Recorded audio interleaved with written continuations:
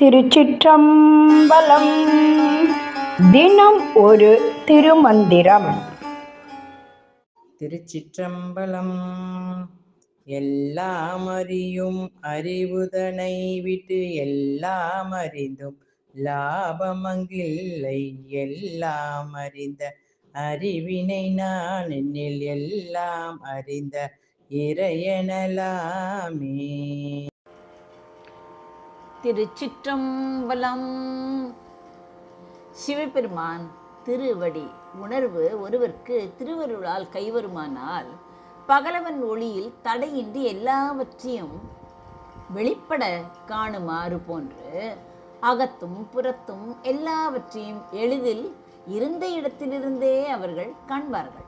அந்த உணர்வினை அடைய முயலாது கைவிட்டவர்கள் சிலர் இருக்கிறார்கள். அவர்கள் உலகியற் பொருட்களை நூல் உணர்வானும் நுண் உணர்வானும் உயிர்த்து உணர்வானும் உணர்கின்றனர். அப்படி உணர்ந்தும் அடையும் பேறு ஒன்றும் இன்று எல்லாவற்றையும் ஒருங்கே அறிந்து அறிவித்து வரும் முழுமுதற் சிவபெருமான் எல்லாம் அறிந்த அறிவினன் ஆவன். அவனை அவன் அருளால் நீங்கா நினைவால் உள்ளத்தில் அமைத்த உரிமை உறுதிப்பாட்டால் அவனே நான் என்னில் திருவடிப்பேறு உண்டாகும். எல்லாம் அறிந்த இறை எனலும் எய்தும். இந்த நிலை சாரப்பட்டார்க்கு சார்பின் பெயரே அமைவது போன்றதோர் மரபாகும். அது சிவனடியாரை சிவன் எனவே கண்டு வழிபட்டு தெளியும் செந்நெறி முறைமையான் உணரலாம். மெய்கண்ட நாயனாரும் இது பற்றி கூறியிருக்கிறார். ஆலயந்தானும் அரணென தொழுமே என்று அருளியதும் இக்கருத்து பற்றிதான். மேலும் உலக வழக்கிலும் பூ முதலிய விற்பவரை அப்பண்டப்பெயரால் பூ என அழைக்கப்படுவதும் நாம் காண வேண்டும். இந்த பாடல் ஞானத்தின் நிலையையும் தன்னை அறிதலின் முக்கியத்துவத்தையும் மிக ஆழமாக எடுத்துரைக்கிறது. எல்லாம் அறியும் இதனை விட்டு என்று கூறுகிறார். எல்லாம் அறியும் அறிவு என்பது எல்லாவற்றையும் தெரிந்து கொள்ளும் ஆற்றல் கொண்ட மனதை குறிக்கிறது.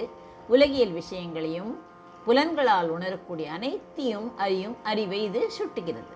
தனி விட்டு என்கிறாரே, அந்த அறிவை விட்டு விடு அல்லது அதிலிருந்து விலகி வா என்று கூறுகிறார். ஆக இந்த முதல் வரி உலகியல் அறிவையும் புற விஷயங்களையும் அறிந்து கொள்ளும் மனோபாவத்தையும் விட்டுவிடச் சொல்கிறது. எல்லாம் அறிந்தும் என்றால் எல்லாவற்றையும் அறிந்திருந்தும் என்று பொருள். அதாவது உலகியல் விஷயங்கள் அனைத்தையும் ஒருவன் கற்று தேர்ந்திருந்தாலும் அங்கே எந்த லாபமும் இல்லை அல்லது அதனால் எந்த ஆன்மீக பயனும் இல்லை என்பதுதான் பொருள். இந்த இரண்டாவது வரி புற உலகை அறிவதால் மட்டும் ஆன்மீக முன்னேற்றம் அடைய முடியாது என்பதை வலியுறுத்துகிறது.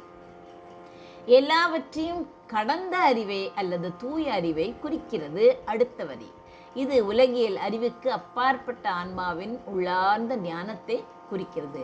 நான் என்னில் என்று கூறுகிறாரே, நான் என்று உணர்ந்தால் அல்லது அதுவே நான் என்று அறிந்துவிட்டால் என்று பொருள்.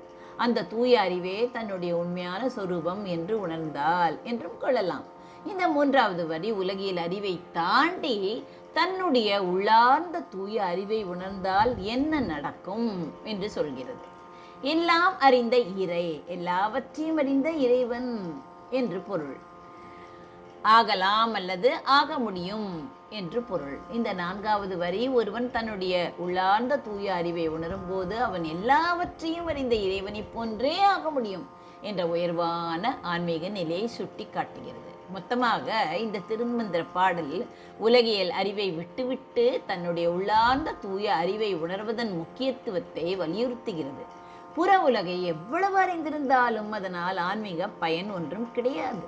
ஆனால் எவன் தன்னுடைய உள்ளார்ந்த ஞானத்தை நான் என்று உணர்கிறானோ அவன் எல்லாவற்றையும் அறிந்த இறைவனைப் போலவே ஆக முடியும். இது தன்னை அறிதலே இறைவனை அறிதல் என்ற அத்வைத்த கருத்தை அழகாக எடுத்துரைக்கிறது.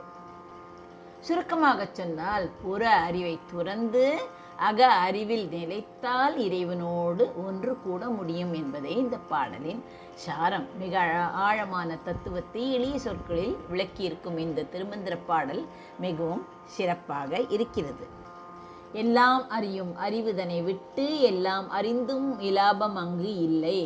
எல்லாம் அறிந்த அறிவினை நான் என்னில் எல்லாம் அறிந்த இறை எனலாமே. நன்றி, வணக்கம். உமா பாலசுப்ரமணியன்.